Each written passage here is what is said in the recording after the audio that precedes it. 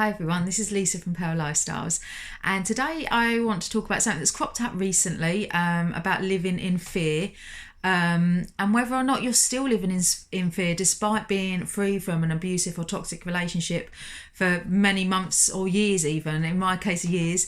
And when I say you living in fear, you automatically think if you're free.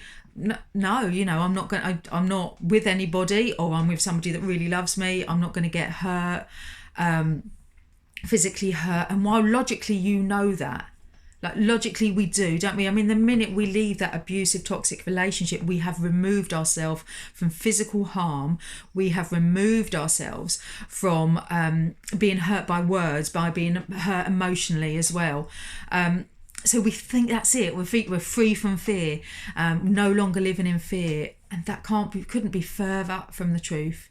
Now, I'm a long way through my healing journey, through my journey to freedom. I feel that this, in fact, was my last step, so I'm very excited, which is why I want to share it, really. So recently I had therapy. It's called M-Brain in therapy, and it's something that I'm going to become qualified in towards the end of the year, because I feel it can really open the doors and help survivors of domestic abuse really move on and find their true selves and find true freedom. And as a result of this therapy, it helped me to discover and realise how much I was 14 and a half years later. I still still living in fear.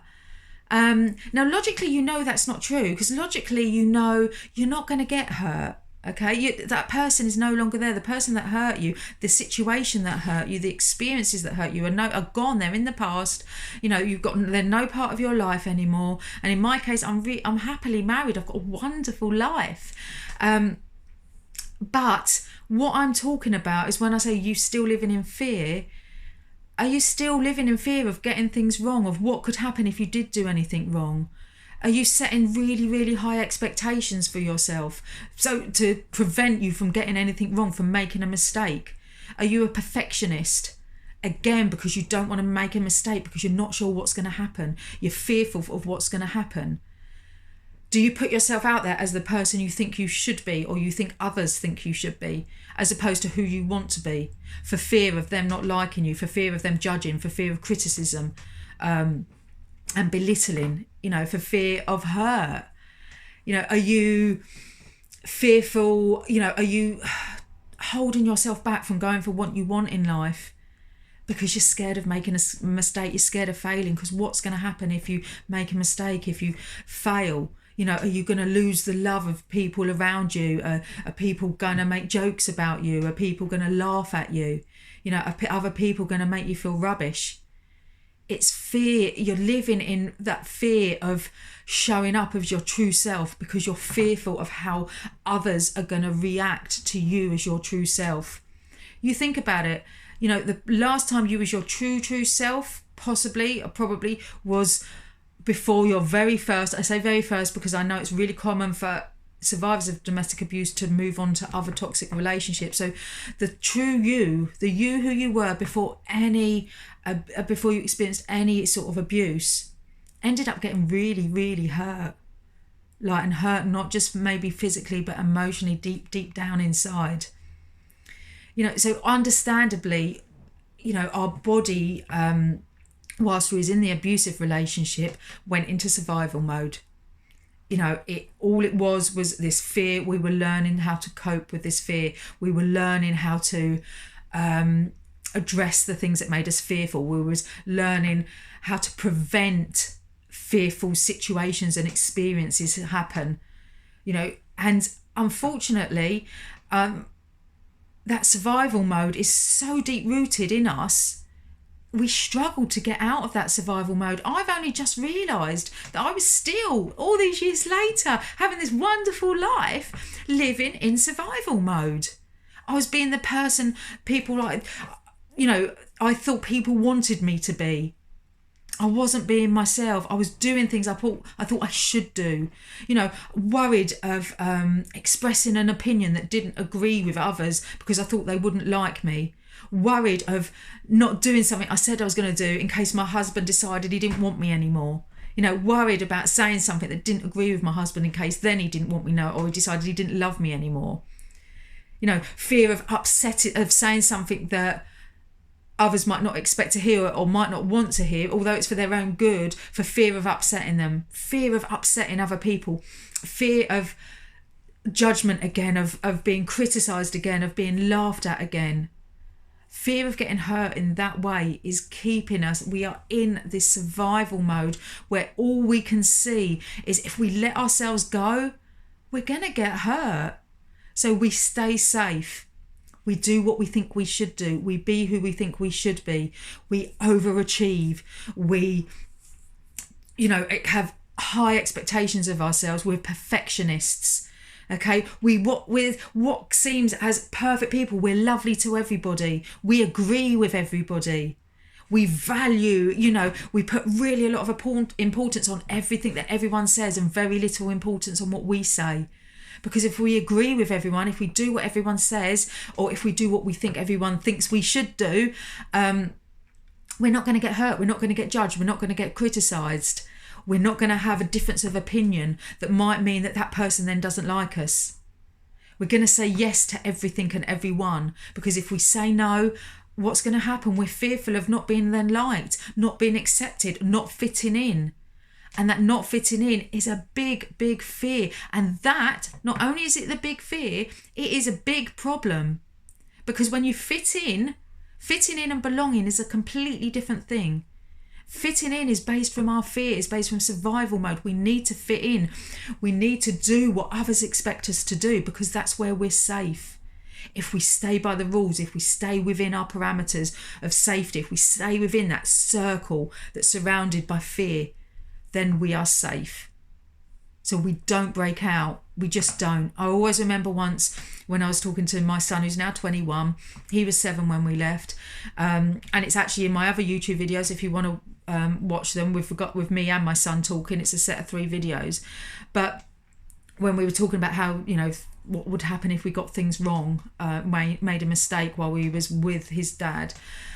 And he just said, that just wasn't an option. We just didn't get things wrong. It wasn't even, right, if this goes wrong, we're going to get hurt. It was way past that scale. We just did not get things wrong. And I was still living, despite being away years, despite being supported and cared for and loved. And even loving myself and respecting and appreciating myself, because I'm at that stage now. I was still living in survival mode.